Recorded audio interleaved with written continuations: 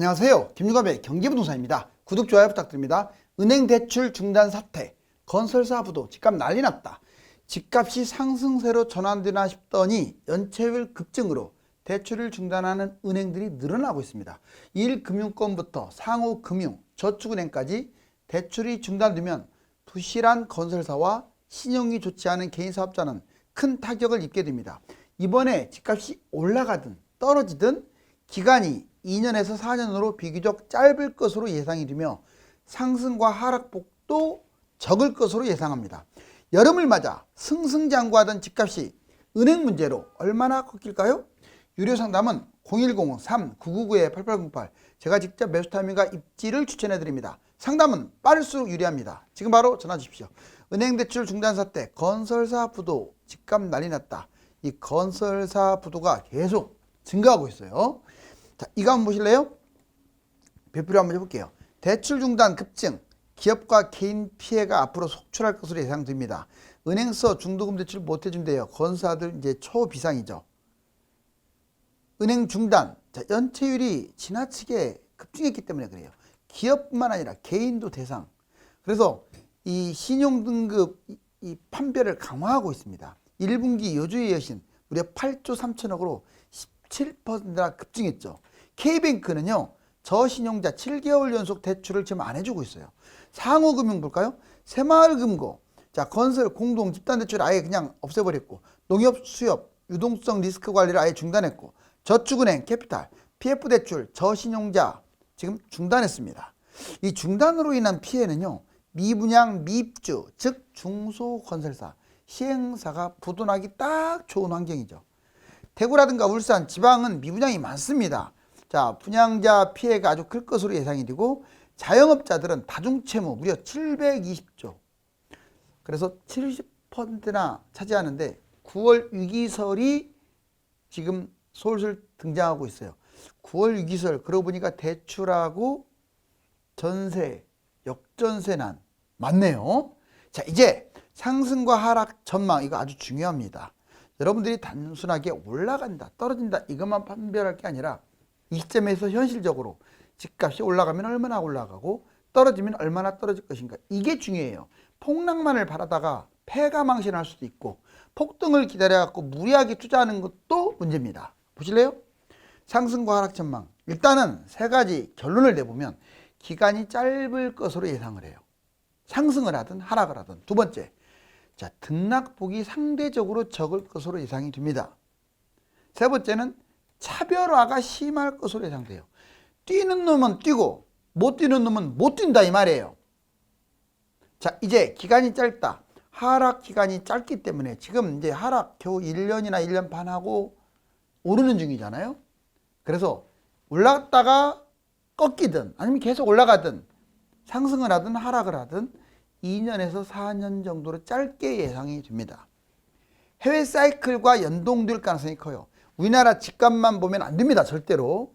우리나라 집은 자, 영연방공화국하고 거의 같이 가요. 미국, 캐나다, 호주, 뉴질랜드, 영국 이해가셨죠? 자, 해외 사이클과 연동하니까 꼭 금리하고 주가, 해외 집값 이런 것들을 꼭 파악하셔야 돼요. 이게 제일 중요해요. 자, 무리한 투자보다는 보유자산에 대출 좀 얻는 정도로 투자하는 게 좋습니다. 자, 엄청난 대출을 받아가지고 집을 산다. 그것은 바람직하지 않아요.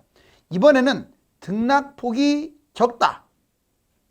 대세 상승일 경우 폭등보다는 지속적으로 올라갈 가능성이 커요. 이게 팍 폭등하기보다는 꾸준하게. 이번에 하락으로 떨어진다 할지라도 경제 위기가 터지지 않은 한은 폭락은 쉽지 않고 소폭 내려가는 정도. 자, 차별화가 심할 것으로 예상됩니다. 자, 특히 차별화 꼭 기억하세요. 서울하고 서울이 아닌 전체 비서울이라고 명칭할게요. 가격 차이가 점점 벌어질 겁니다. 투자를 하려면 가격이 비싸든 싸든 서울로 가는 게 맞아요. 서울은 상승장일 경우 계속 올라갈 것으로 예상이 됩니다. 그런데 문제가 경기도 지방은 3기 신도시 또는 기타 분양을 워낙 많이 하니까 상승장일지라도 지금은 바닥에서 올라왔지만 한 10년 또는 5년 장기간 못 갈 수도 있다 이 말이에요. 그럼 망하는 거 아닙니까? 자, 이제 지금 매수할 분 어떻게 해야 할까? 지금 매수할 분들이 계십니다. 특히 내 집 마련을 할 사람, 갈아타기, 추가 매입 한번 볼까요? 먼저 집을 매도한 분들은요, 너무 폭락을 기다리지 마세요. 그냥 적당하게 매입하는 게 맞아요. 특히 연세가 많으시거나 이런 분들은 이거 괜히 기다렸다가 나중에 노후를 비참하게 보낼 수도 있어요. 그러니까 집을 매도하면 매수하는 게 맞는 것 같아요. 이 시점에서는. 왜? 지금 이미 반전 상승을 하고 있는 상황이라서. 소액 대출, 대출이 적다면 내 집 마련에 유리하죠. 이런 경우도 역시 너무 막 미루지 마시고 타이밍을 보셔라. 청약 볼까요? 미래 전망이 괜찮은 청약. 좋지 않은 곳은 너무 안 돼요. 아직도 미분양 이런 거 함부로 잡으면 안 돼요. 자, 미래 전망이 무난한 곳들은 릴레이식으로 넣어도 좋다. 자, 갈아타기 볼까요?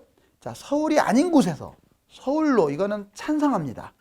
지금이라도 갈아타기, 설령 폭락을 하든 폭등을 하든 결국 장기적으로 서울은 많이 갈 거니까. 저가 아파트에서 고가 아파트 맞죠? 지금 바닥 상황에서는 싼 거에서 약간 좋은 걸로 갈아타는 거 좋습니다. 지금 갈아타는 거 무난하다. 자, 아파트가 아닌 것들 팔아버리고 아파트로 갈아탄다. 지금 갈아타기 좋습니다. 자, 이번에 추가 매입. 여윳돈이 있다. 내가 여윳돈 갭 투자. 자, 상급지. 이게 서울이라면 지금 매입하는 게 맞는 것 같아요. 자녀 갭 투자. 자녀들도 너무 큰 돈 아니라면 한 3억, 4억 이내라면 상급지 매입하는 게 맞습니다. 자, 분양 관련해서 유망한 분양 지금 청약하는 게 좋겠죠. 물론 가점이나 또는 금액이 별로 되지도 않으면서 당첨만 하려고 끝까지 청약을 넣는 사람은 문제가 있습니다. 집값 다 뛴 다음에 집도절도 다 놓쳐게 돼요. 분양을 적극적으로 누릴 분들은 좋은 여건인 사람, 당첨 가능성이 있는 분들이고 아주 별로 평범하거나 안 좋으면 급매로 돌아서는 게 좋아요. 이번에 장기적으로 피해야 할 곳, 가성비가 떨어지는 곳이에요. 그렇다고 뭐 무조건 잡지 말라는 건 아니지만 같은 돈 주고 잡지 말라 이 말이죠. 먼저 경쟁이 많은 곳들. 자, 서울은 전체적으로 무난해요. 근데 이제 경기도 외곽, 동탄이라든가 송도라든가 파주, 양주, 평택, 인천 여기는요 3기 신도시 계속 분양하잖아요. 얘들하고 경쟁할 곳들이에요. 좋을 리가 하나도 없죠. 두 번째 신도시 1, 2기 신도시 택지지구는 이미 지어진 것들이에요. 또는 외곽도시 얘들은 3기 신도시하고 경쟁에서 밀립니다. 자, 세 번째 중심지역도 마찬가지예요. 용인, 하남, 안양, 고양, 구리, 남양주, 뭐 성남, 과천, 광명 이처럼 경기도의 중심지역도요. 지금 3기 신도시나 또는 외곽의 신도시들하고도 경쟁을 하기 때문에 아무튼 집이 남아 돌아가요. 피해 볼 수 있어요. 이번에는 기대감이 적은 곳들, 재건축, 재개발, 막연한 것들 있죠. 막연한 재개발 이런 거 추가 분담금 대비 수익이 별로일 수 있어요. 재건축 빠르다고 해서 돈 드는 게 아니에요. 아파트는 속도가 빠르냐 느리냐는 중요하지도 않습니다. 자, 얘가 가성비가 있냐 없냐만 따지는 거예요. 중저가 아파트. 근데 중저가 아파트가 싼 맛에 뭐 크게 손해볼 것 같지는 않지만 다만 공급 폭탄, 인구 감소에 희생양이 될 수도 있어요. 거래도 거의 없는 나홀로 아파트 막 이런 것들 있죠. 자, 그 다음에 금지해야 할 거. 절대 나홀로는 사면 안 돼요. 아파트 아닌 것들을 사면 안 돼요. 이제 집이 남아돌기 때문에 얘는 몇 년씩 안 팔릴 수도 있어요. 주택이 아닌 특히 연세 드신 분들 자 월세 너무 월세 하죠. 이해합니다. 그렇지만 제가 다시 말하지만 자 분양한 상가라든가 오피스텔이라든가 이런 거 절대 하지 마세요. 차라리 주택연금을 받으시라고요. 집을 사가지고.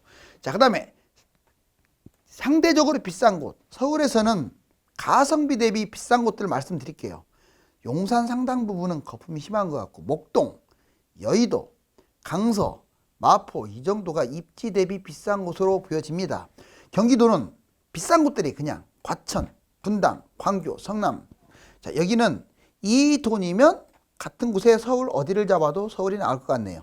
지방, 해운대, 수영, 수성 아주 비싼 곳들 많죠. 여기는 그들만의 리그긴 하지만 안정성이 너무나 떨어져요. 자, 이제 금융권 총체적 부실, 금리 동결 연체율, PF 부실. 자, 기준금리가 3.5% 3회 연속 동결. 경기 금융 불안하죠. 경제 불확실성. 자, IT 반등 시기, 선진국, 중국 계속 침체. 바로 이런 부분이 핵심인데 당분간 올해 내내 침체가 이어질 것으로는 보입니다. 그나마 주가가 이렇게 스물스물 올라간다는 것은 침체 바닥이 임박했다는 거죠. 금융 불안, 은행, 증권, 보험, 부도. 해외은행이 과거에 부도났다. 아직은 조금 3월달보다는 많이 좋아졌지만 아직도 조금은 남아있다. 연체율을 볼까요? 이게 제일 문제입니다. 연체율이 급등 7년 만에 최고. 1, 2 금융권 다 위험하다. 2금융권 저축은행 1분기 5.1%, 카드사는 1.4. 이거 상당히 높은 연체율이에요. 5대 은행, KB, 신한, 하나, 우리, NH. 물론 솔직히 이런 은행은 안전하지만 그래도 증가하고 있다. 자, PF 부실, PF 대출 잔액 116조나 된답니다. 대출 73%가 비은행권으로 상당히 위험하겠죠. PF 연체율 3배나 급증했고요. 부동산 위축의 미분양 미입주가 큰 몫을 차지했죠. 가계대출 무려 1800조. 전세까지 포함하면 3000조가 넘어가요. 가처분까지 포함시켜서. 기업대출도 무려 2219조. 우리나라가 이 대출이 좀 문제긴 합니다. 자, 이제 전반적으로 통계 자료를 볼까요? 지금 시중은행 연체율 봤더니 확 올라가는 거 보세요. 신한, 우리, 하나, KB 다 쭉 올라갔죠. 그 다음에 카드 연체율도 싹 올라갔습니다. 그 다음에 저축은행 연체율 좀 떨어지는가 싶더니 다시 또 찍고 있죠. 2013년 1분기 때 주요 은행 증가 연체율, 전북, 대구, 부산, 그다음 이런데 연체율이라든가 대출 잔액이라든가 지금 지방은행이 위기를 맞고 있다. 자, 그다음 서울 아파트 4주 연속 상승, 지방은 하락폭 축소. 지금 보면 인천, 서울, 경기는 다 플러스 전환. 지방도 상당히 많이 축소됐죠. 오히려 경북은 플러스 전환했고요. 전반적으로 이걸 보게 되면 바닥에서 집값이 오르고 있다. 더군다나 이것도 지금 실거래가 반절 플러스 매수호가 매도호가 반절을 한 거니까 지금 마이너스가 보이는 거지. 만약에 실거래가 빼버리고 제일 정확한 매수호가 매도호가를 판단한다면 다 플러스일 가능성이 커요. 자, 그 다음에 여기 보실래요? 자, 전체적으로 봤을 때 서울은 빨간색이 많죠. 그건 뛰고 있다는 거예요. 경기도 외곽도 상당히 하얀색이 많죠. 중간 정도? 그런데 지방은 아직도 파란색이 많습니다. 일부 빼놓고는. 결론적으로 지금 이제 차별화가 진행되고 있다. 자, 신협, 건설, 부동산 대출만 36% 육박. 여기 보실래요? 상호금융건설, 부동산 대출 규모. 자, 농협이 이렇게 지금 대출이 늘어났고, 신협도 늘어났고, 자, 그 다음에 수협 늘어났고, 이거 상호금융입니다. 이 농협이 그냥 개별 단위 농협을 말하는 거예요. 자, 발표된 2023년 공공사전 청약. 솔직히 말해서 이전 정부든 지금 정부든 이거 좀 없앴으면 좋겠어요. 나눔형, 선택형. 이게 뭡니까? 일반형은요, 애게 뭐 이상한 곳밖에 없어요. 몇 군데밖에. 지금 나눔형, 나눠먹기 한다는 게 말이 돼요, 그게? 그 선택형. 무슨 뭐 토지는 내가 갖고, 뭐 토지는 회사가 갖고, 집은 내가 갖고. 이론이 팔리겠어, 얘들이? 온전한 내 집이 아니라는 인상 때문에 이거 좀 폐지시키거나 축소시켰으면 좋겠습니다. 완전 공산주의적 발상 아니나요? 자, 이제 서울 아파트 매물 증가, 분양가 급증. 지금 매물이 증가한다는 것은 그만큼 거래가 활발하다. 그리고 거래량도 늘어나고 있다. 서울 아파트 연간, 이거 너무 심각하네요. 자, 3,474. 와, 놀랍지 않습니까? 분양가가 3,474 평당. 예전에 강남 수준이에요. 자, 이제 부글거리는 집. 과연 이 은행 문제건으로 얼마나 문제가 발생할까요? 지금은 폭등을 한다거나 폭락을 한다거나 극단적 상황은 오지 않을 가능성이 큽니다. 지속적 상승이나 소폭 하락이 예상이 되므로 이에 맞게 대비를 해야 합니다. 감사합니다.